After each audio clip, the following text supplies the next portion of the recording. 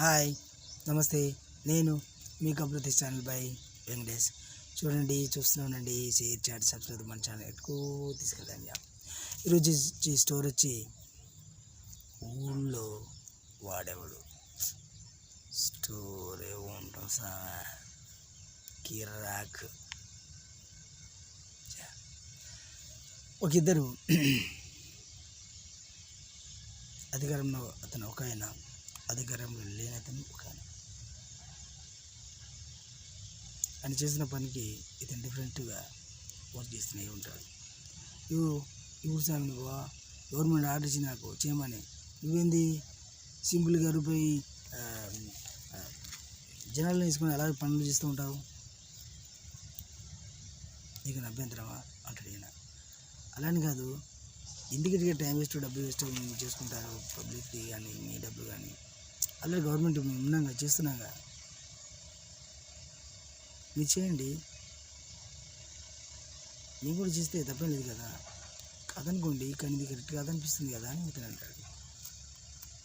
సరే, నువ్వే కరెక్టు, నాకు జనం ఉన్నారుగా, వీళ్ళు అడుగుదాం, ఏమైనా ఇతను ఇది అంటున్నాడు, ఏం చేద్దాం. సరే, అది నీ పని మీద చేస్తున్నారు గవర్నమెంట్ ఆర్డర్లో, నేనేదో ఖాళీ టైంలో ఈ పనులు చేసుకుంటున్నాం, తప్పేముంది.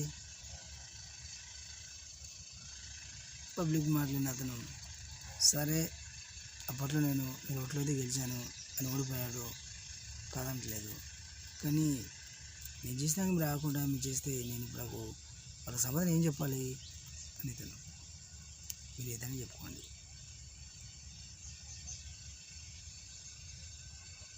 మనవాడు నల్ల మక్కని వెళ్ళిపోతాడు.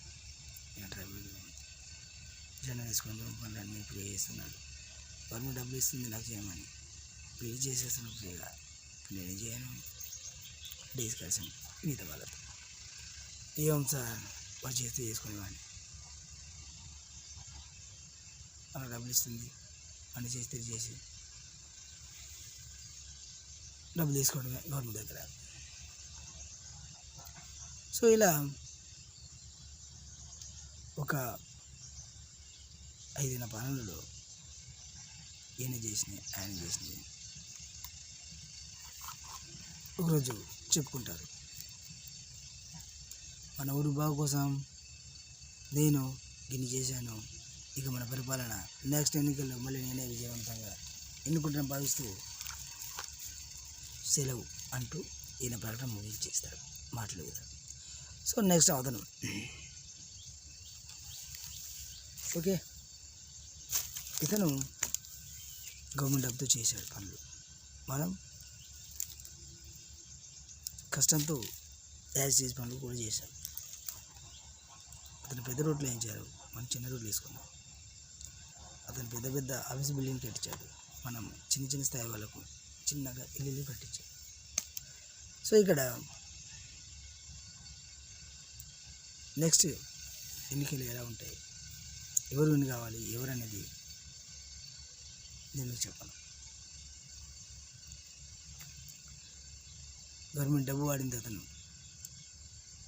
డబ్బు ఇచ్చారు, చేశాడు, విషయం ఏముంది. గవర్నమెంట్ డబ్బుని వాడకుండా మన పనులు చేశాం. సో మరి ఇక్కడ మళ్ళీ ఎలక్షన్ అంటే వస్తే ఈ విధంగా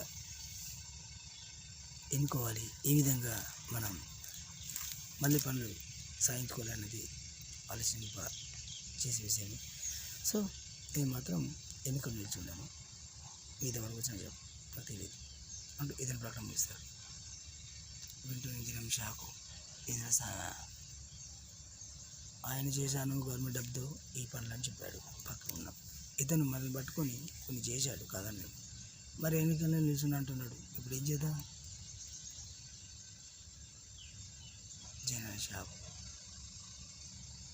మరి ఇప్పుడు ఈ కథలు వింటున్న జనం ఎలాంటి నిర్ణయం తీసుకుంటారు? మంచి పనులు చేసిన వాళ్ళు ఎలక్షన్కి ముందు టైంలో పబ్లిక్కి చెప్పడం ఎంతవరకు కరెక్టు, అలా చెప్పడం మంచిది అవునా కాదా? సో స్టోరీ వినడం కాదు, సినిమాగా చూడాలి. మరి పబ్లిక్ ఆలోచించేది ఏంటిది? వాళ్ళిద్దరూ రైట్ చేసిన మంచి చేసిన కథ అలా చెప్పడం ఎంతవరకు కరెక్ట్? పబ్లిక్ కోరుకుంటారా అట్లా చెప్పి? ఇష్టపడతారా వాళ్ళని? స్టోరీ ఉండవు సామె, క్లైమాక్స్ అద్భుతం.